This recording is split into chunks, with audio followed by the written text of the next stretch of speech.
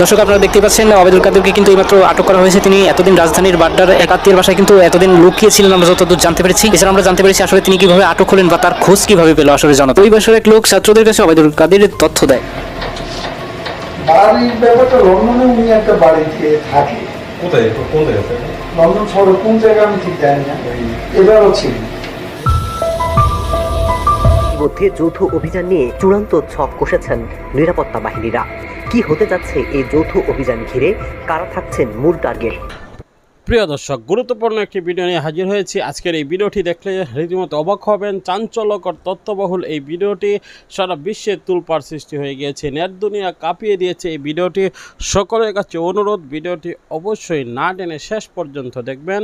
এবং আরেকটি অনুরোধ করছি, যারা নতুন আছেন সাবস্ক্রাইব করে নেবেন এবং একটি লাইক করে দিন এখনই, এবং বন্ধু বান্ধবের মাঝে ভিডিওটি ভালো লাগলে শেয়ার করে দিবেন। আসুন দেখে আসি। দেখতে পাচ্ছেন ওবায়দুল কাদেরকে কিন্তু এইমাত্র আটক করা হয়েছে। তিনি এতদিন রাজধানীর বাড্ডার এক আত্মীয়ের বাসায় কিন্তু এতদিন লুকিয়েছিলেন আমরা যতদূর জানতে পেরেছি। এছাড়া আমরা জানতে পেরেছি আসলে তিনি কিভাবে আটক হলেন বা তার খোঁজ কিভাবে পেল আসলে জনতা। ওই বাসার এক লোক ছাত্রদের কাছে ওবায়দুল কাদেরের তথ্য দেয়। ছাত্ররা বিশ্বাস না করলে তখন গোপনে ভিডিও করে ওবায়দুল কাদেরের ভিডিও পাঠান ছাত্রদের কাছে, এবং তার কিছুক্ষণ পরেই ছাত্র জনতা একে একে ঘিরে ধরে ওই বাসভবন। এরপর তাকে ইট পাটকেল ছোড়া হয়। এক পর্যায়ে সেইখানকার পরিস্থিতি বেসামাল হয়ে গেলে পুলিশ সদস্যরা তাদের পুলিশের পিক আপ ভ্যানে করে বা সিকিউরিটি সেফটির যে মাইক্রোবাস রয়েছে সেটাতে করে ওবায়দুল কাদেরকে কিন্তু তাদের একটা হেফাজতে করে নিয়ে যান। শোনা যাচ্ছে জনতার ইট পাটকেলের আঘাতে ওবায়দুল কাদের মাথায় খুব আঘাত পেয়েছেন এবং আপাতত তিনি হাসপাতালে ভর্তি আছেন বলেও জানা গেছে। বর্তমানে ওবায়দুল কাদের পুলিশের হেফাজতে স্পেশালাইজ হসপিটালে ভর্তি রয়েছেন। তাকে পরিদর্শনকারী ডাক্তার বলেন তার অবস্থা খুবই বেগতিক, সুস্থ হতে তার একটু সময় লাগবে,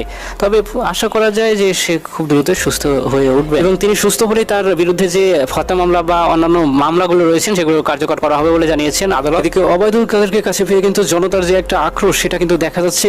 দর্শক দেখতেই পাচ্ছেন যে জনতার এতটা আক্রোশ। এই 17 বছরে ওবায়দুল কাদের তথা শেখ হাসিনা সরকার যে বাঙালিকে কতটা নিষ্পেষিত করেছে, নির্মমভাবে অত্যাচার করেছে, জুলুম করেছে, তার যে একটা প্রতিশোধ, আবার সেই প্রতিশোধের প্রতিফলন কিন্তু আমরা এখন দেখতে পাচ্ছি। সেখানে উপস্থিত প্রত্যেকটা মানুষ, প্রত্যেকটা জনগণ, আইনজীবী হোক, সাধারণ মানুষ হোক বা যেই হোক না কেন, সবার কিন্তু একটাই আক্রোশ যে তাদেরকে আমাদের হাতে তুলে দেওয়া হোক, আমরা তার শাস্তি আমরা নিজেরা দেবো। জনগণের একটাই দাবি যে ওবায়দুল কাদেরকে জনগণের হাতে তুলে দেওয়া হোক, জনগণের সাথে এতদিন তারা যা করেছে আমরা তার শাস্তি নিজেরাই দেবো। তো দর্শক, আসলে আপনাদের কি মতামত, আপনারা আসলে কি চান সেটা অবশ্যই আপনার কমেন্ট বক্সে জানাতে ভুলবেন না। যে আচ্ছা স্যার, আমার একটা জিনিস আছে স্যার, এবার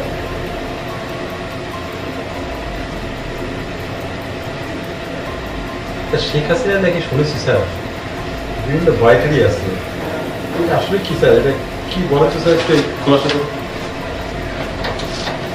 বাড়ির ব্যাপারটা লন্ডনে উনি একটা বাড়িতে থাকে। কোথায় কোন জায়গায় স্যার? লন্ডন শহরে কোন জায়গায় আমি ঠিক জানি না, এবারও ছিল। এনজয় রোড নাকি স্যার? এটা আমি জানি।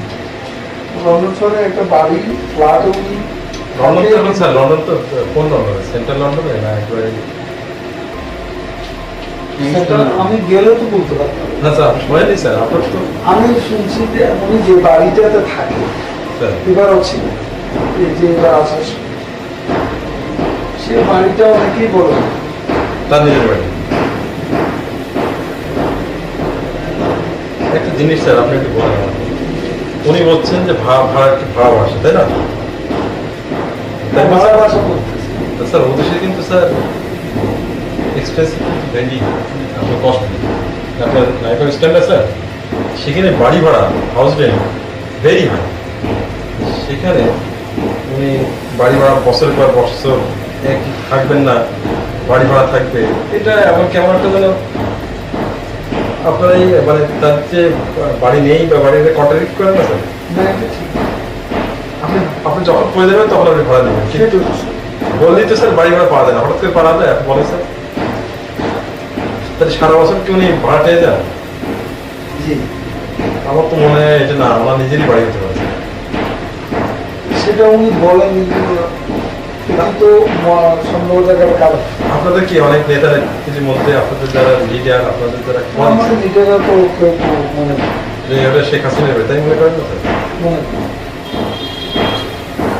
আরেকটা জিনিস আপনি স্যার নিউ ইয়র্ক কোন কি নাকি বিজনেস আছে নাকি স্যার? বিজনেসের বিষয় আমি জানি না, তবে নিউ ইয়র্কে ফ্লোরিডা তো ওনার মেয়ে যে বাড়িতে ওখানে যে ওনার মেয়ে মানে কি? মেয়েকে মেয়ের নাম কি জানো স্যার? পুতুল, জামাইয়ের নাম কি জানো স্যার? আমার নাম মিঠু। মিতু। আচ্ছা স্যার, ওনার ছেলে তো জয়ের কথা শুনেছেন। জি, জয় নাকি কি কম্পিউটার বিজনেস আছে নাকি? সে কম্পিউটার ইঞ্জিনিয়ার, আমাদের কাছে তো বড় চাকরি। চাকরি করে আমার আমি স্যার এই জিনিসটা কেমন একটা সিমিলার মনে হচ্ছে। আমাদের কাছে তো বড় চাকরি। জয় বলছে চাকরি করে, আমার তো শুনেছি স্যার শেখ আর হাসিনা আমি তো মিটিং এ বক্তৃতা করেই বলে আমার ছেলেরা শিক্ষিত ছেলে মেয়েরা শিক্ষিত আছে, এটা সত্যি কথা না, সবাই লেখা, সবাই চাকরি করে খায়। আমরা তো শুনেছি স্যার ওয়াশিংটন ডিসিতে নাকি জয় কম্পিউটার বিজনেসে একটা বিশাল পরিমাণ টাকা ইনভেস্ট করছে। আপনারা কি শুনেছেন কি এই বিষয়ে? কম্পিউটার বিজনেস, সেখানে কম্পিউটার আইটি এই ধরনের বিজনেস করে থাকে। করতে পারে, আমেরিকাতে করা সবাই। আমেরিকার মতো জায়গায় স্যার সে কম্পিউটার ইঞ্জিনিয়ার, সে তারপর, শেখ হাসিনার ছেলে, সে ক্লাউডটাও আছে, সবকিছু মিলিয়ে এই টাকাটা কোথায় গেল?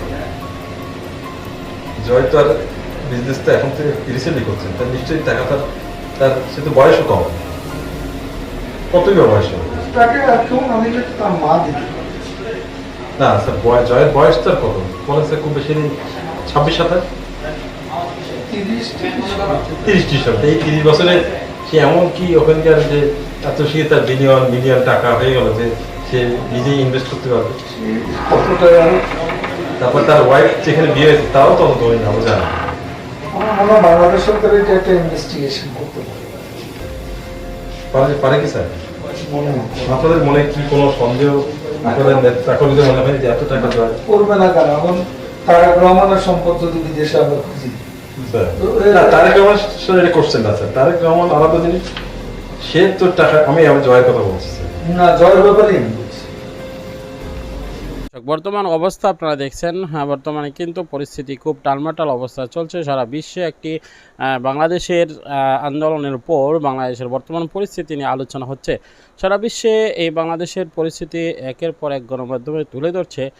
সকলেই বাংলাদেশের পরিস্থিতি নিয়ে হাহাকার করছে। অনেকেই বন্যার্তদেরকে দেখে কষ্ট পাচ্ছে, অনেকেই রাজনীতির বর্তমান টালমাটাল অবস্থা দেখে কষ্ট পাচ্ছে। সব মিলিয়ে কিন্তু একটি হজবর অবস্থার মধ্যে রয়েছে বাংলাদেশের এই অবস্থা থেকে ফিরে আসতে প্রায় অনেকটা সময় কেটে যাবে। তাই সকলের কাছে অনুরোধ যে অবশ্যই বাংলাদেশকে নিয়ে সকলেই পজিটিভলি আপনারা রেসপন্স করুন এবং পজিটিভলি মানুষের মাঝে তুলে ধরুন।